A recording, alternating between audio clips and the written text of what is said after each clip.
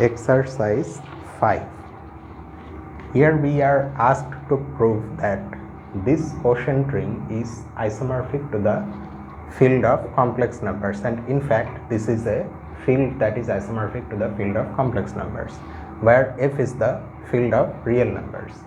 Actually it's enough to produce a surjective isomorphism between this quotient ring and the field of complex numbers.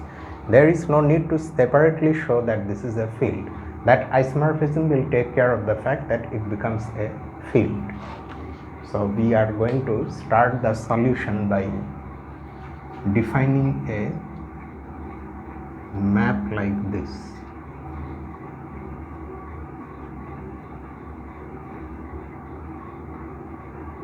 Define a map T from the polynomial ring fx into C, where C is the field of complex numbers, by this.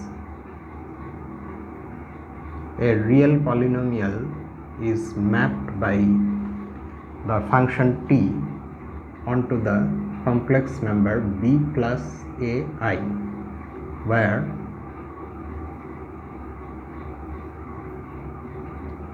ax plus b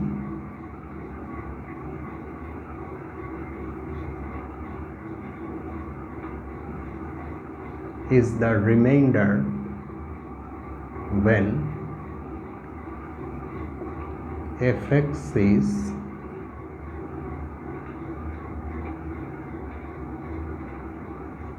divided by the polynomial x square plus 1 in this polynomial ring.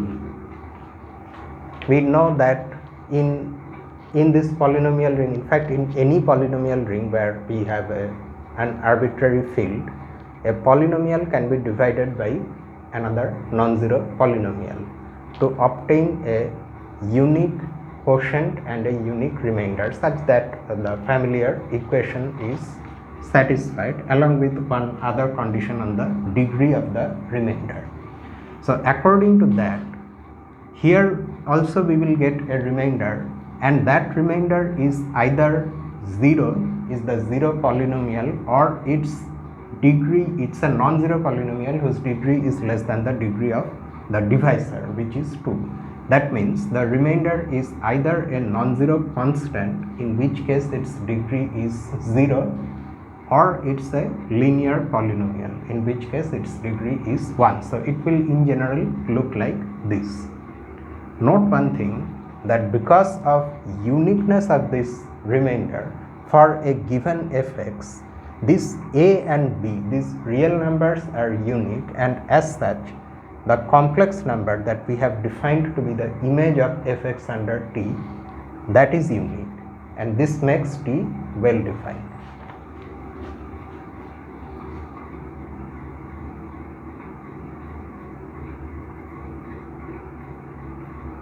Uniqueness of ax plus b for given fx belonging to fx makes t well defined. So now we can work with the function t, now that we know it's well defined. Our next job is to show that this t respects the operations of addition and multiplication. That is, it's a ring homomorphism. So for that,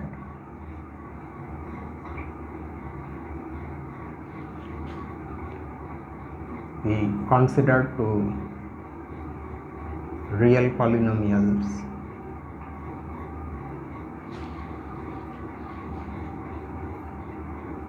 then for them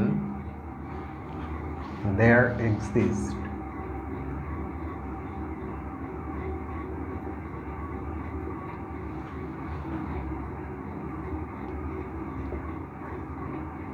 polynomials alpha x and beta x in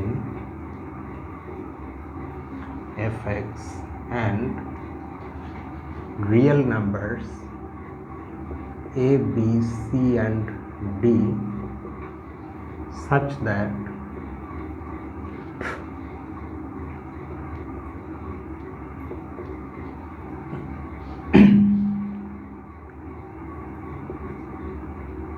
fx is equal to alpha x times x square plus 1 plus ax plus b and gx is equal to beta x times x square plus 1 plus cx plus d. So these equations will tell us the images of fx and gx under T. Then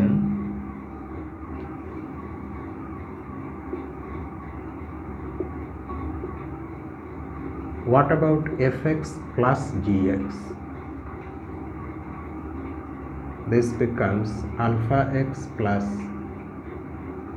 beta x times x square plus 1 plus a plus c times x plus b plus d. Okay, that is, you can put a comma here, that is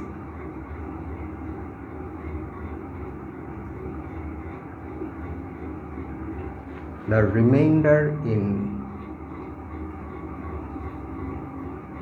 fx when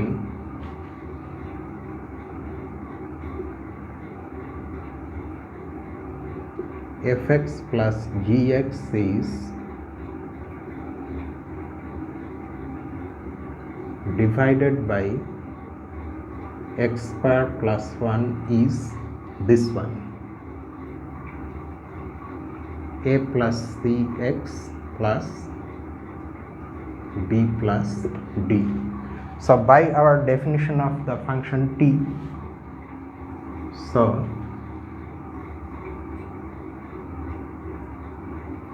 t of fx plus gx will be what?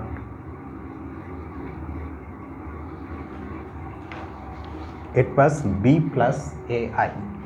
So here we will have c plus d plus a plus b I, and it can be written as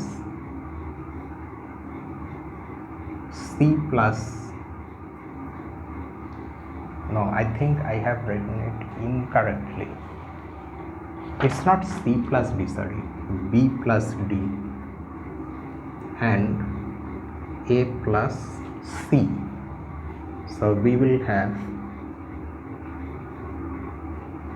b plus ai plus d plus ci.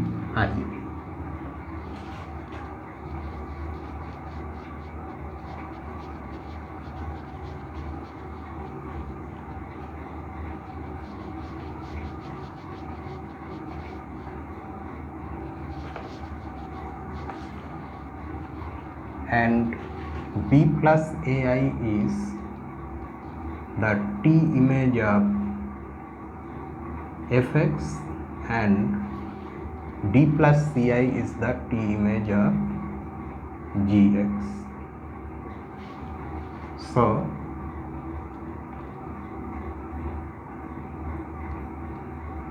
t respects addition.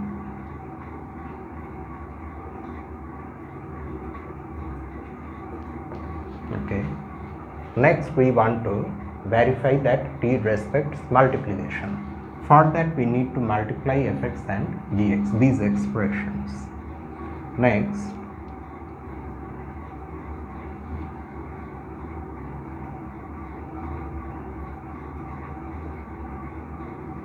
fx gx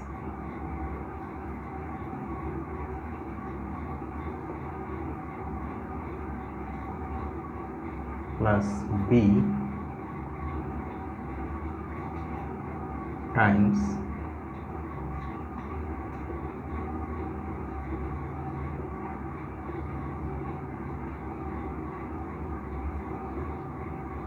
cx plus d. Now if we perform the multiplication and take necessary things common out and arrange the things accordingly, then we will get this alpha x beta x x square plus 1 whole square. We are keeping x square plus 1 plus alpha x times cx plus d times x square plus 1, alpha x times cx plus d plus beta x times x square plus 1 plus ax plus b, beta x times ax plus b. All of these are multiplied by x square plus 1 and ax plus b times cx plus d. Okay, so that gives us ac x square plus adx plus bcx plus bd. Okay, now we need to somehow take care of this term. So what we decide to do, we will make it we will bring x square plus 1 here, so that we have to add an extra ac, so we have to subtract ac. So we are going to do this.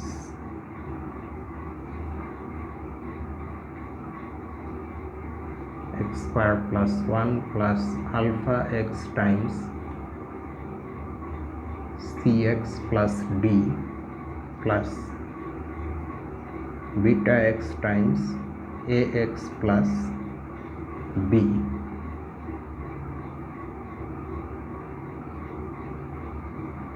plus ac times x square plus 1. So we have to subtract ac, and we will do that like this: ad plus bc times x. We already had bd and now we have minus ac because of this extra ac, and this can now be written like this: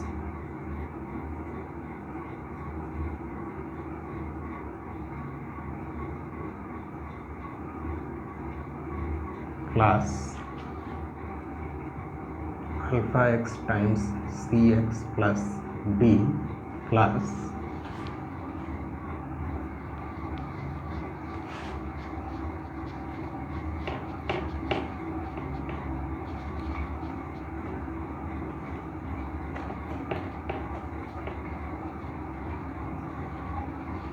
beta x times ax plus b plus this ac can be taken inside,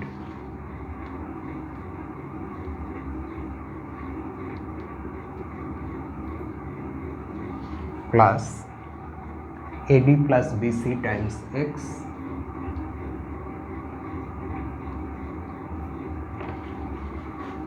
plus bd minus ac.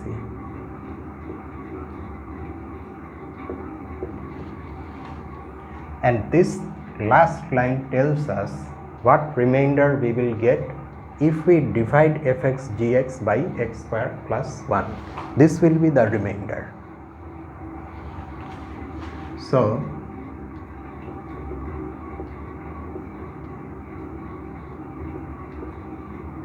the remainder when fx gx is, I needed to also mention remainder in fx, when fx gx is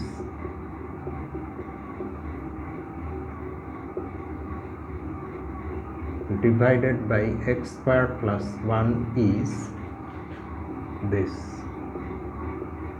AD plus BC times x plus BD minus AC. Hence,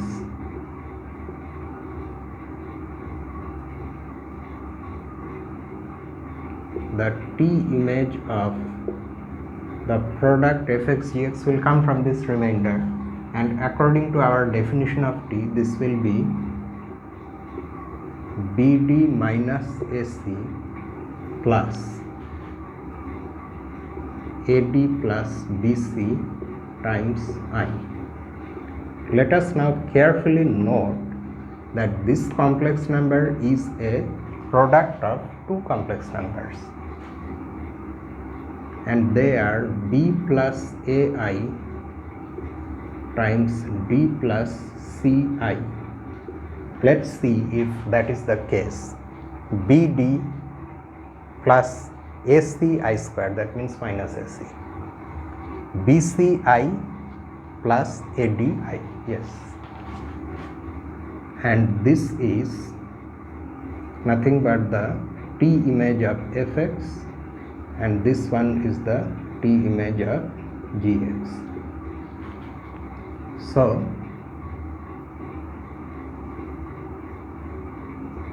T respects multiplication.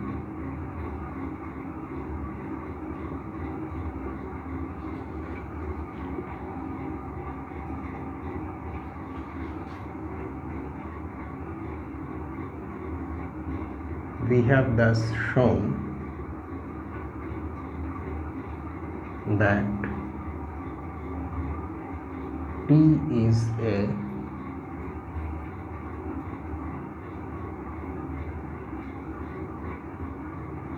homomorphism, a ring homomorphism, but since we are dealing with rings, so it's understood we mean ring homomorphism. Also, T is clearly onto. Why is T onto? T is onto because if you consider this arbitrary complex number, say alpha plus beta I, or should I actually show that T is onto? I think it will be better to show that T is onto.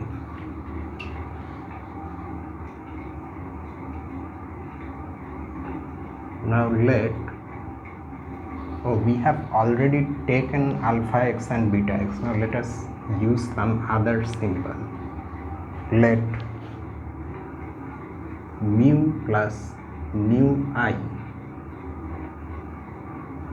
be a complex number. Then nu x plus mu is a real polynomial. Why is it a real polynomial? Because you see, the real part and imaginary part of this complex number, they are real numbers by definition of a complex number. So mu and nu are real numbers, and as such this polynomial is a real polynomial.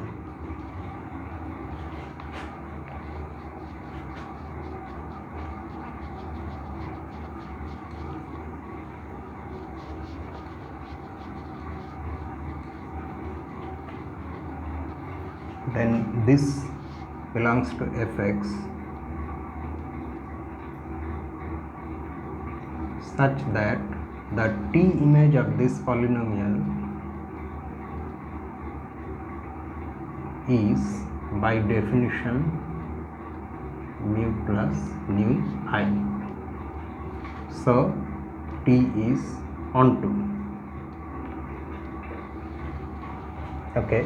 So we have found a ring homomorphism from fx onto C.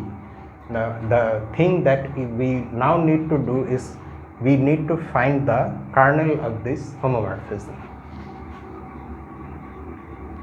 Let fx B, the kernel by definition will be an ideal of the polynomial ring Fx. So we are taking an arbitrary element in the kernel. Let this be any element in the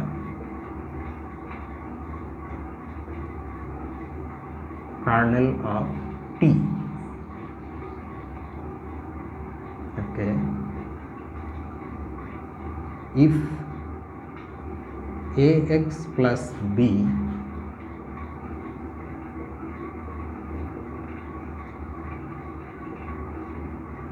is the remainder of, or is the remainder in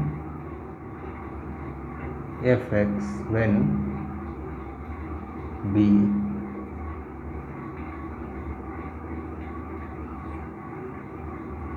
divide Fx by x square plus 1, then because this element is in the kernel, its T image will be the 0 element in the ring C, that is the ring of complex numbers, which is the complex number 0.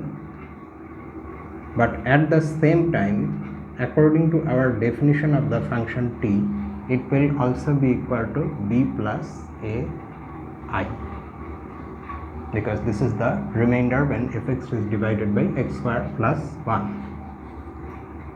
This implies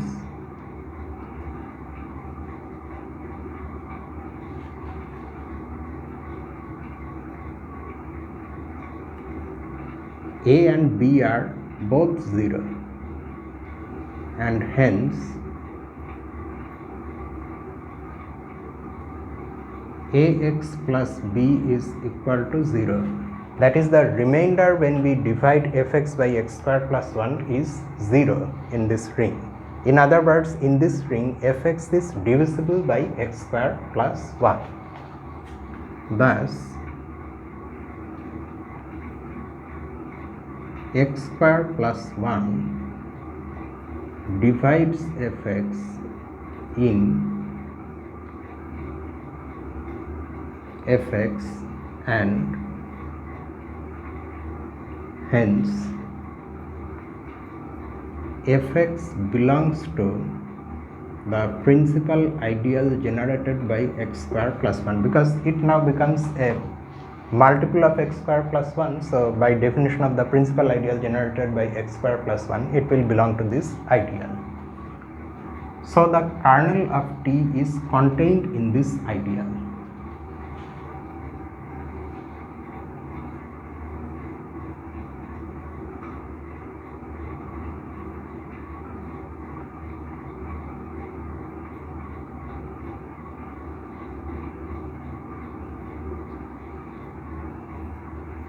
Is contained in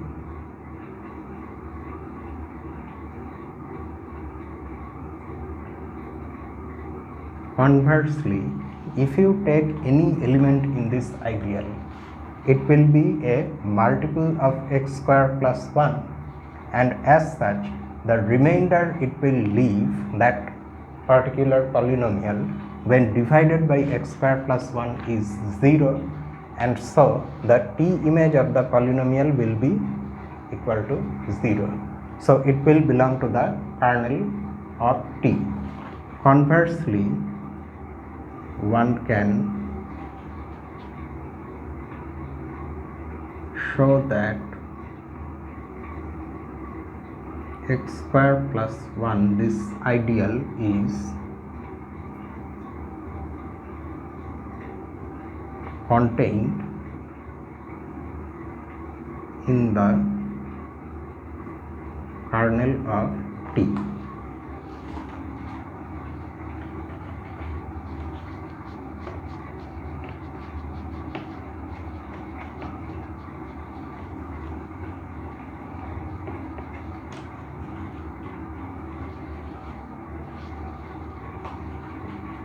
So the situation here now is this.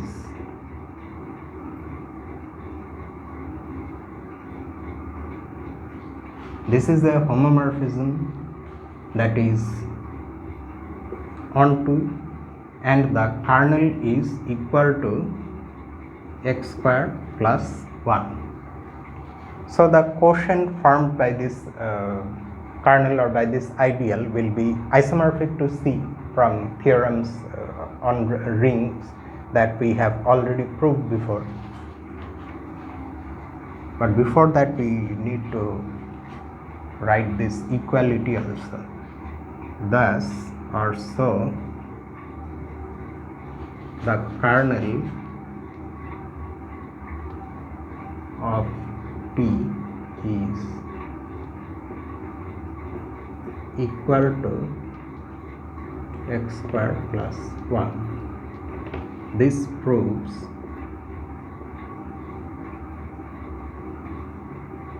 that the ring, this quotient ring, is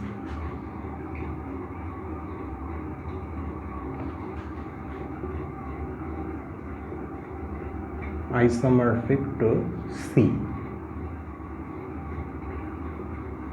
Note that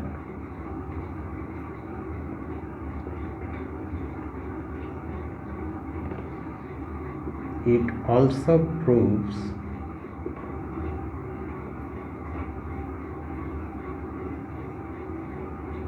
that this quotient is a field. So this completes the solution. After this we have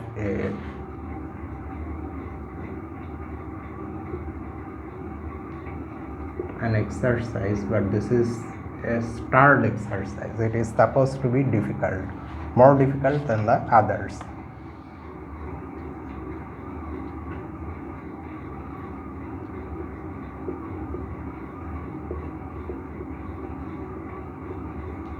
Define the derivative f prime x of the polynomial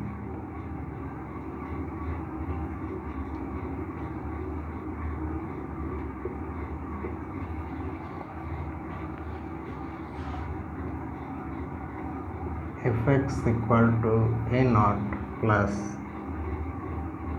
a1x plus etc. plus a n x to the power n by this formula: a1 plus 2a2x plus 3a3x square plus etc. plus n x to the power n minus 1. Now we already know what derivative is from calculus or from real analysis. However, you should note that here the polynomial is a general polynomial, so its coefficients are coming from a general field. These are not necessarily real numbers, and as such this fx cannot be necessarily considered as an ordinary polynomial function. So derivative of a polynomial, the thing that we know from calculus, it looks just like that. I mean, from the look of f prime x.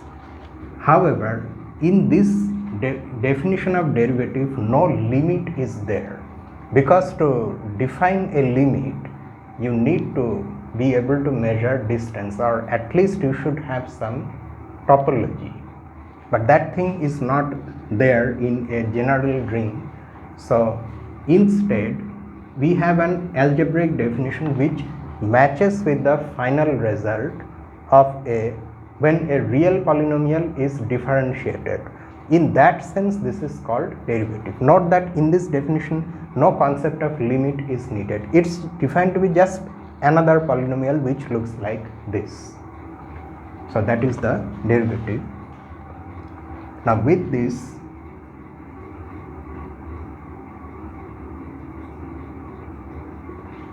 prove that if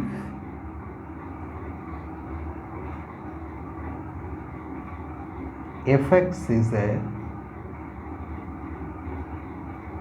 non-zero polynomial where they have actually considered f to be the field of rational numbers. Okay, fine, but you can see that the definition is also meaningful if instead of the field of rational numbers we have any field. We have proved that if this, then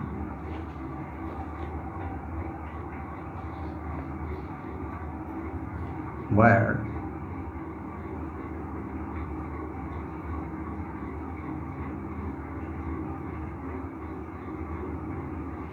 f is the field of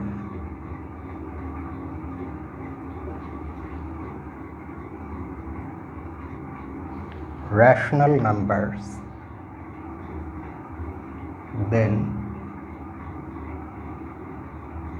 fx is divisible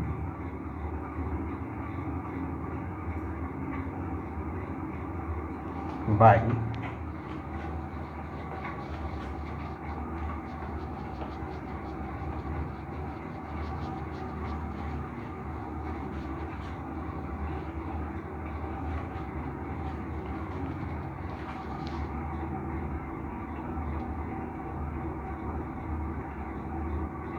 the square of a non-constant polynomial, or by the square of a polynomial of positive degree.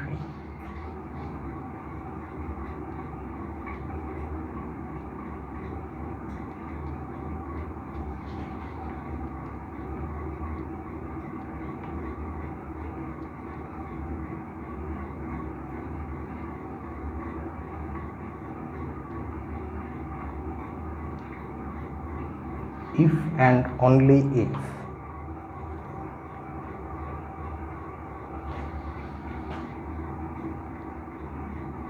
the polynomial fx and its derivative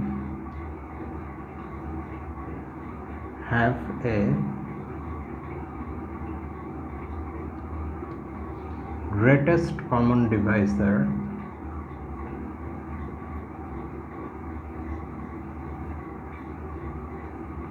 dx of positive degree.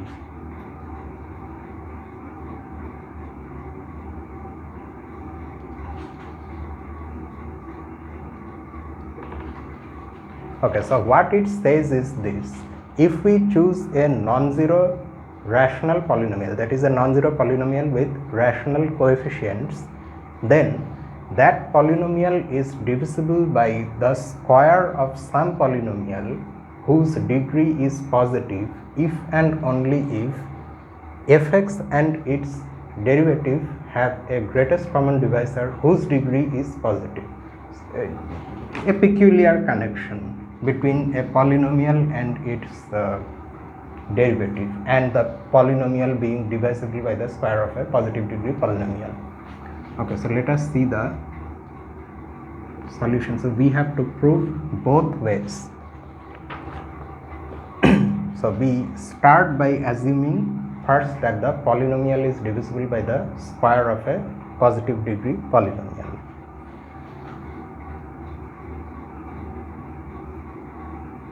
First, assume that fx is equal to gx square times hx for some rational polynomials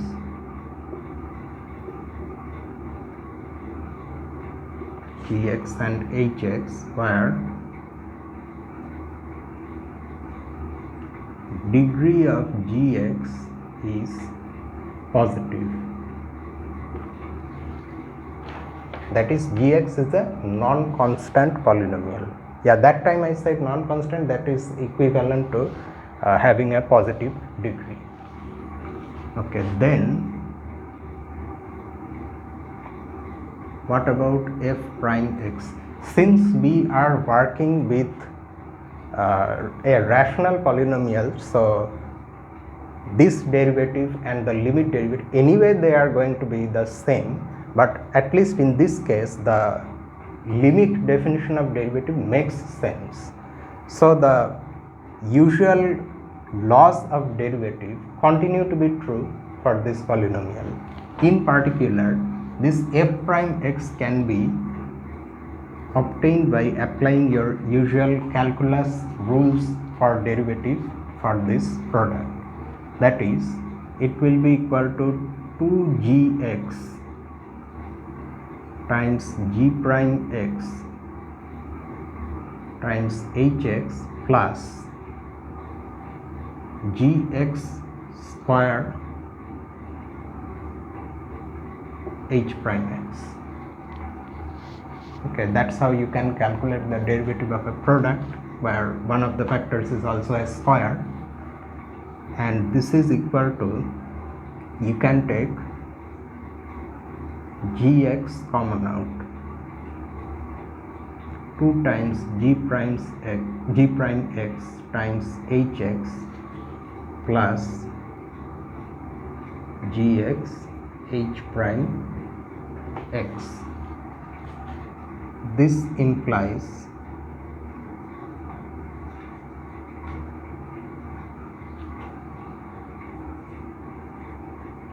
gx divides f prime x.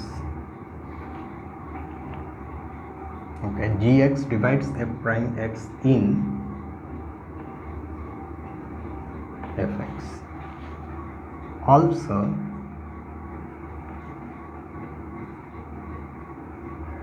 gx already divides fx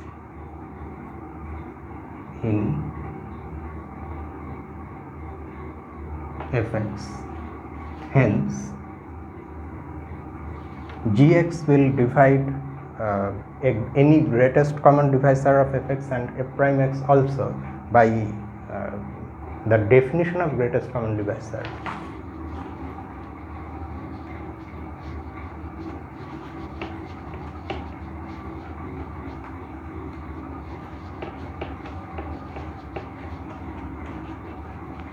Hence, gx divides dx, where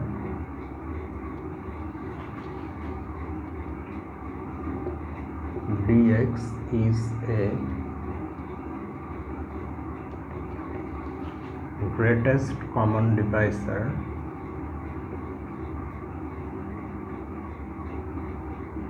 of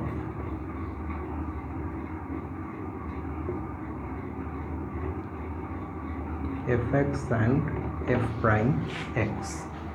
Okay, now before we say anything else, note one thing, that because our fx was chosen to be a non-zero polynomial, whether f prime x is 0 or not we don't know. It will be 0 if fx is a constant polynomial, a non-zero constant, a non-zero rational number. But the fact that at least one of these two things is non-zero, namely fx, gives us the fact that their greatest common divisor exists.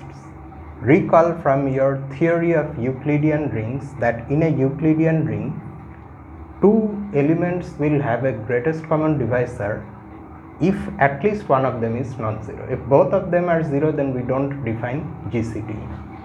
So that fact makes this statement, that is existence of GCD, meaningful. Okay, now what do we get from this? Gx is a polynomial of positive degree and it divides dx. So dx must also be a polynomial of positive degree. Why? Because this divisibility implies that dx is equal to gx times something, some other polynomial. So if you apply the degree formula, degree of dx will be degree of gx plus degree of gamma x. And since this has positive degree, this has non-negative degree, so this must have positive degree. Sum of a non-negative integer and a positive integer is positive. So that's why we conclude like this: since degree of gx is positive, we have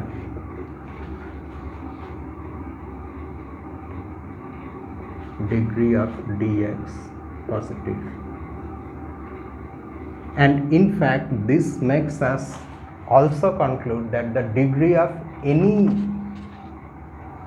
GCD will be positive, because recall also that in a Euclidean ring, for two given elements, once you find one GCD, the other GCDs will be obtained by multiplying that GCD by units. Now we are in a polynomial ring where we have already determined that the units are the non-zero field elements. So if you multiply such a polynomial by a non-zero field element, in fact the degree will not change. Okay, so other GCDs will also have the same degree. So this is one half of our solution. So we have proved that if the polynomial has a square factor of positive degree like this, then the GCD of the polynomial and its derivative is a polynomial of positive degree. We now have to prove its converse.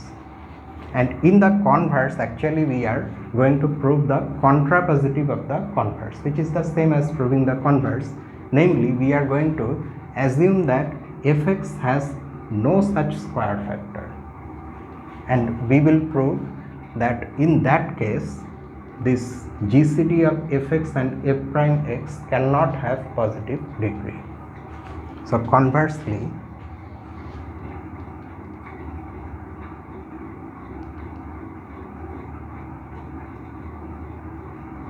assume that fx is not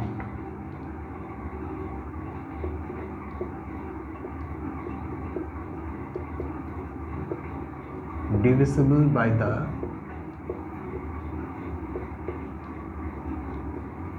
square of any polynomial of positive degree.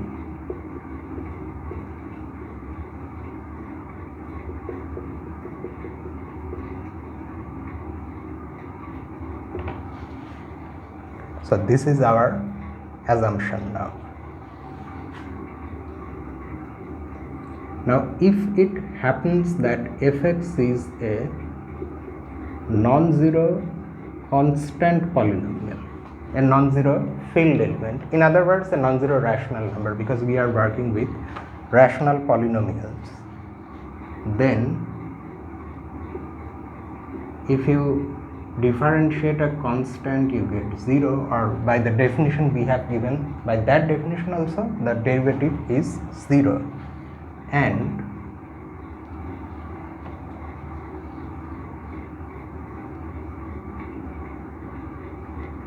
GCD of fx and f prime x is equal to GCD of fx and 0 is equal to fx, because fx divides both fx and 0, so it is a GCD. And we should have written and so. This implies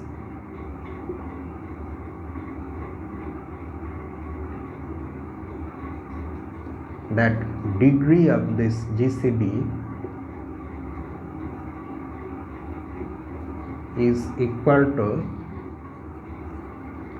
degree of fx, which is equal to 1. Why is this degree 1? Because fx is a non-zero constant. Oh, no, sorry. Degree is not 1, degree is 0. So that it has no positive degree. This is the case when fx is a non-zero constant. So now we have to assume fx is not a non-zero constant. So we now assume that fx is not a constant polynomial.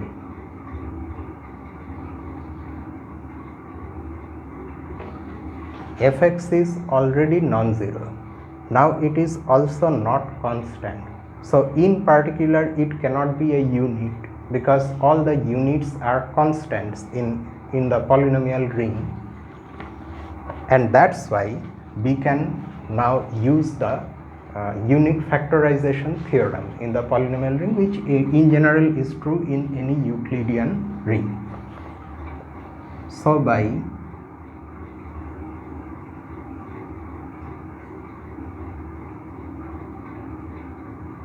lemma 395, it's that unique factorization theorem. Fx has a factorization like this.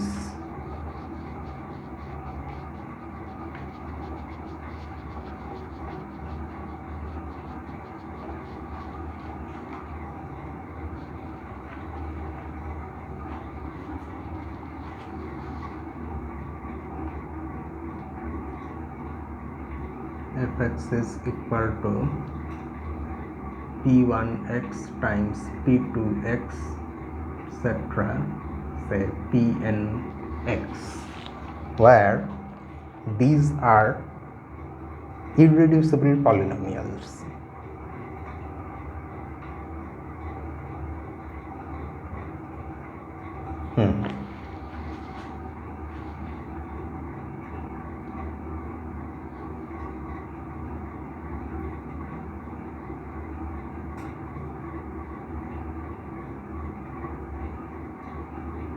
Pnx belonging to fx are not only are they irreducible polynomials, but they are distinct.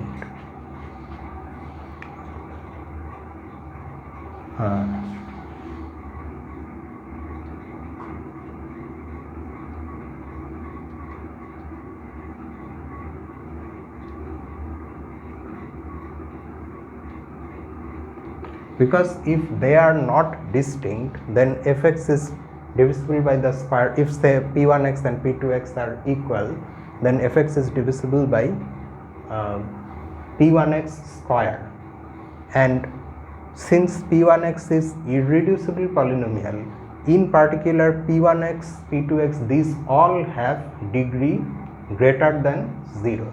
So that will contradict our assumption that fx is not divisible by square of a polynomial of positive degree. So that's why it's necessary for these polynomials to be distinct also, apart from being irreducible. Okay, now our aim is to show that if we find a GCD of fx and f prime x, then its degree will be equal to 0. Suppose that is not the case. Suppose degree of any GCD of fx and f prime x is greater than 0, then degree is greater than 0 means this as a polynomial, this is also a polynomial, no? A greatest common divisor of fx and f prime x.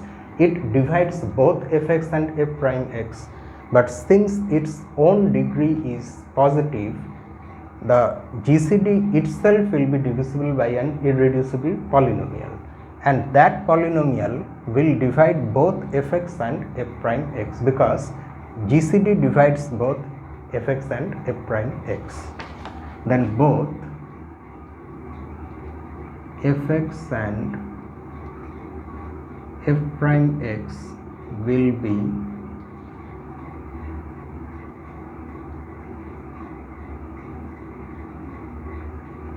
divisible by some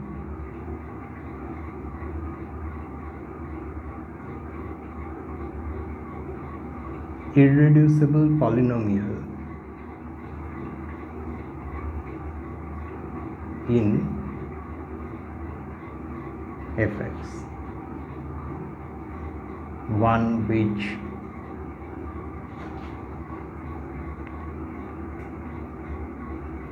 divides the GCD itself.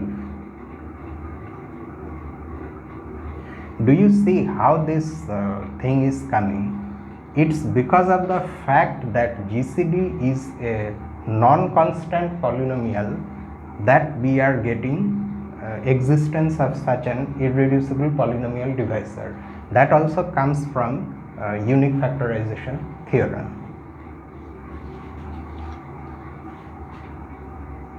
Now look at the irreducible factors of fx. These are the only irreducible polynomials that can divide fx, because uniqueness of this factorization is also there. So no other irreducible polynomial can divide fx. These are the only possible irreducible polynomials that divide fx. So this particular irreducible polynomial which divides both fx and f prime x must come from this list, but the only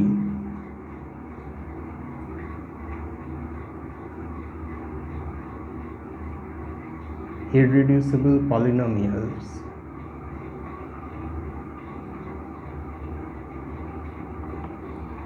that divide fx are these.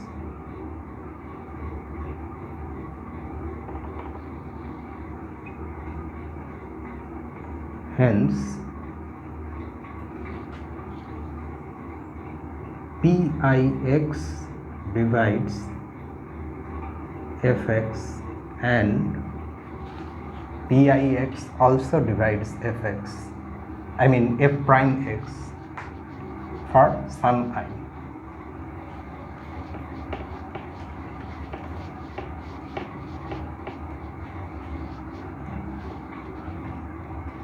And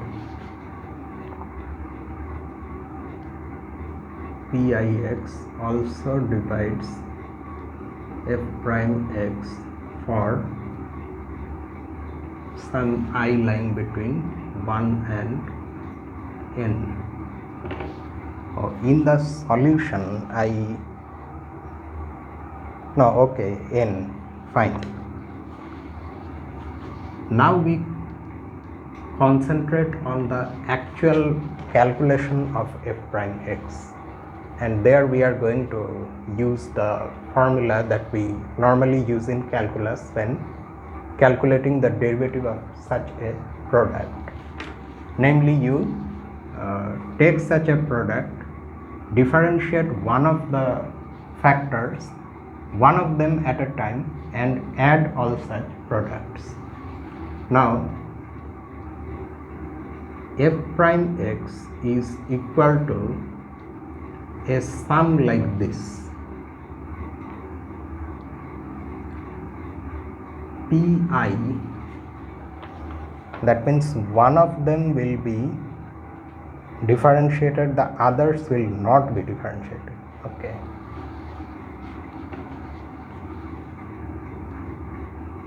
Pr prime x, and the rest of them will be multiplied like they originally are, that is Pix, where I varies between 1 and n, and I is not equal to r. So that means here we have the product of all the pi's except that Prx, which has been differentiated, and this r varies from 1 to n. So this is the expression for the derivative of this polynomial fx. And if you look carefully, you can, we may confuse this I with that I, no? So let me just put j here.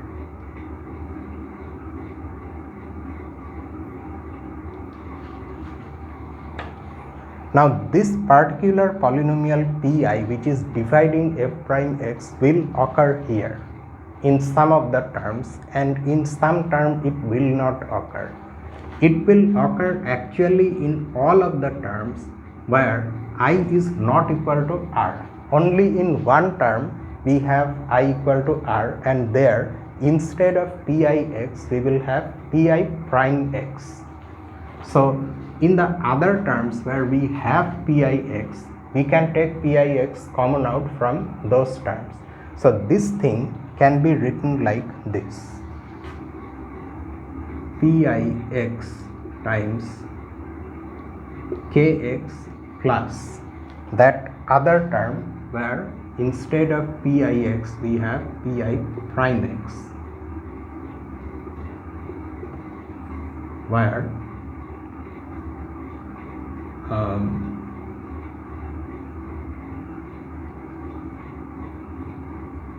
and j is not equal to I, pjx. So in this whole sum, this term comes for the choice r equal to I. Okay, and these are the other terms taken together, and in all of them we have pix which we have taken common out. But we need to also say what kx is, where kx is this.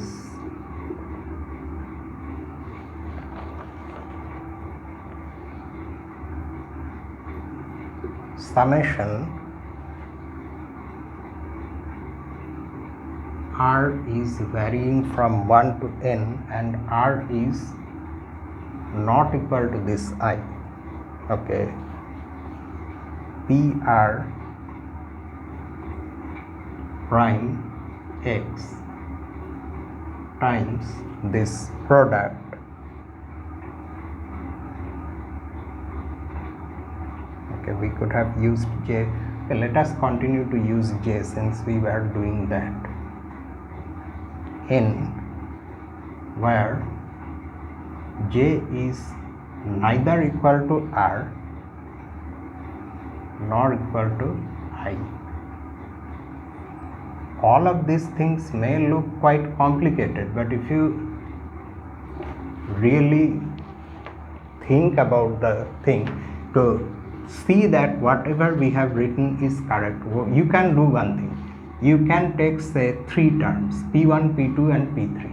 You calculate the derivative actually, say take I equal to 2, and then in that simple situation you see what you get. You will see that you can make sense of these things in that particular situation. From that you can figure out the general one. This is the thing that ultimately comes out. Okay, now from this what do we get? This term of course is divisible by pix, and our f prime x is also divisible by pix. That means this will be divisible by pix. From this we have, let me write it there,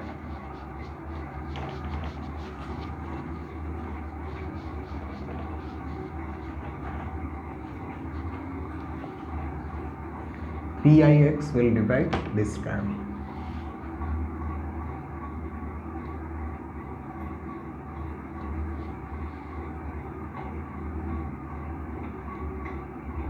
Prime times pjx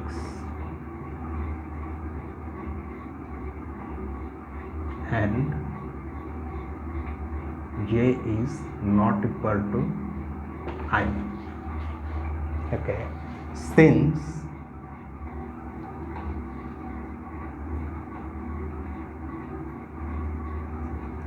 p1x, p2x, etc., pnx are all distinct, that distinctness will now be useful.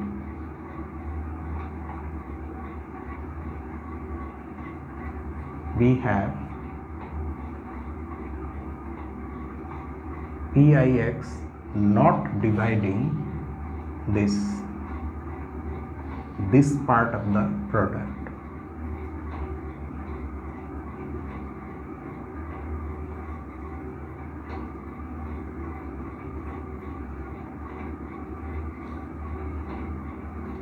And why is that so? It's because these are irreducible polynomials, that is prime elements in the polynomial ring. So if one of them has to divide something, then a product like this, then it has to divide at least one of them. We already know this property of irreducible polynomials. If one irreducible polynomial divides a product, then it has to divide at least one of the things. But since it's irreducible and the other thing is also irreducible, we should have equality if division is there, which however is not possible, because here we have all the pj's, none of them is equal to pi, and these are all distinct polynomials. So that's why this part of this product is not divisible by pix. That means pix must divide pi prime x, but then I need some ink.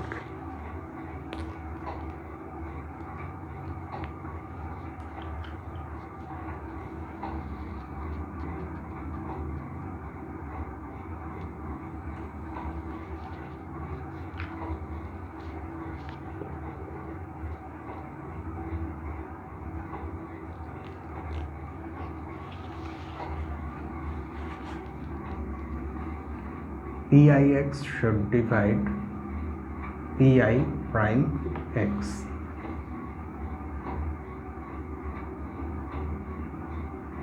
However, if you look at the definition of the derivative of a polynomial, its degree decreases. Okay, if you go to the definition, you will see that when you differentiate a polynomial, the derivative has a degree less than the original polynomial. However, degree of pi prime x is less than degree of pi x. Then how can it divide pi prime x? Because by the degree formula, if this division is possible, then the degree of this should be greater than or equal to the degree of pix. This is a contradiction. I think this part may not be feasible. This is pi prime x. Okay.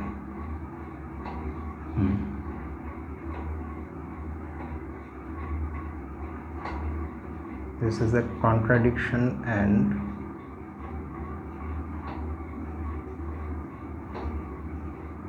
proves that our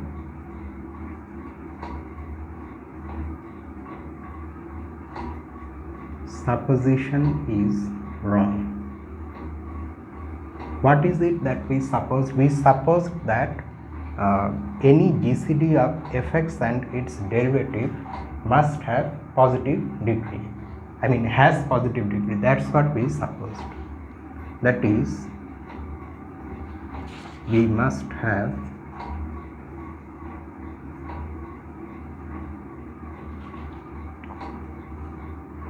degree of this GCD equal to 0. It cannot be positive.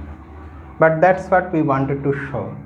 We started by assuming that fx is a polynomial which is not divisible by the square of a polynomial of positive degree, and we have now proved that this GCD has degree 0. If you consider the contrapositive of this, it says that if GCD has positive degree, then the polynomial is divisible by the square of a polynomial of positive degree. So that is the converse part.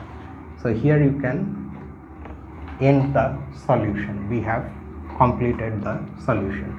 And lastly, there is one exercise we just have to see, and its solution already has been done. This will end this section.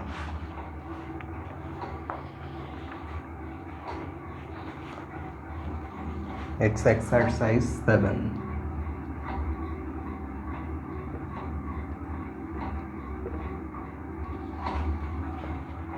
If fx is in fx,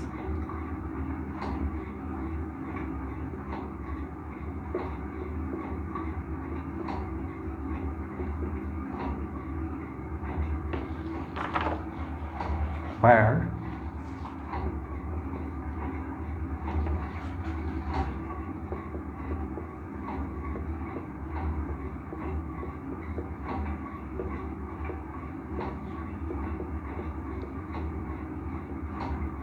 f is the field of integers mod p, so it's a finite field, p a prime,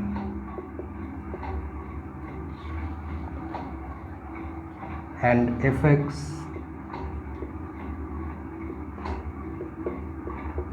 is irreducible. Fx is a polynomial that is irreducible over the field f that is given and is of degree n. If these things are true, prove that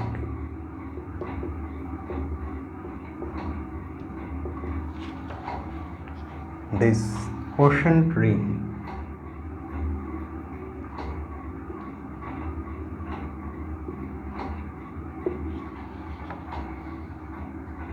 quotiented by this principal ideal generated by fx is a field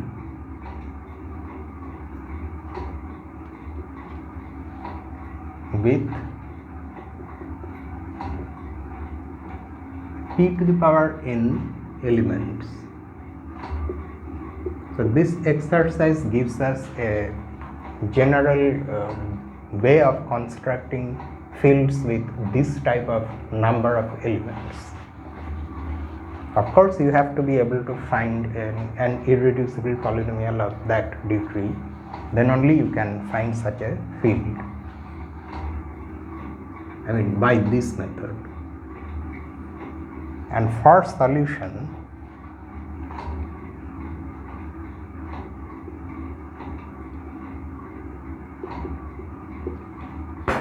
see the solution to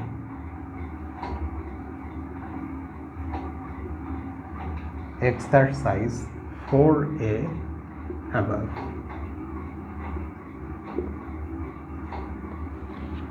Looking at that solution, you will realize how you can write the solution for this one.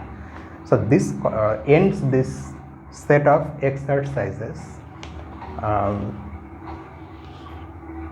If you are new to this channel and you find these things useful, interesting, entertaining, or any combination of these things, then consider subscribing. So after this, we are going to go to the next section, which I think polynomial ring over the, or polynomials over the field of rational numbers. But at the same time, we will also start from where we left off in group theory. Okay, simultaneously we will also run group theory videos, because we left that for some time, and now we would like to go back to group theory and advance our study there also.